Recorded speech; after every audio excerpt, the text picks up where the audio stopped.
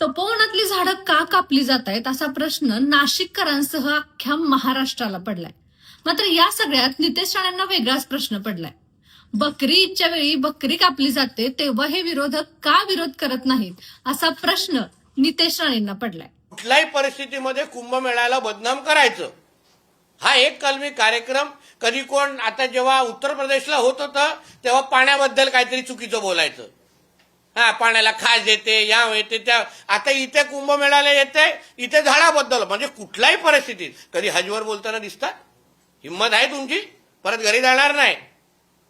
जसं मराठीचा भाषेचा मुद्दा फक्त हिंदू साध्या गरिबांनाच मारायचं, कधी दल बाजार आणि भेंडी बाजारला जायचं नाही ना, हा तसाच विषय आहे. हा मुद्दा तोच आहे. सांगा जरा आहे ना, बकरी ईदच्या टायमाला बकरे वाचवा आणि मग दाखवा छाती ताण करून थोडी. तुम्हाला नितेश राणेंच्या या भूमिकेबद्दल काय वाटतंय कमेंट बॉक्समध्ये नक्की कळवा.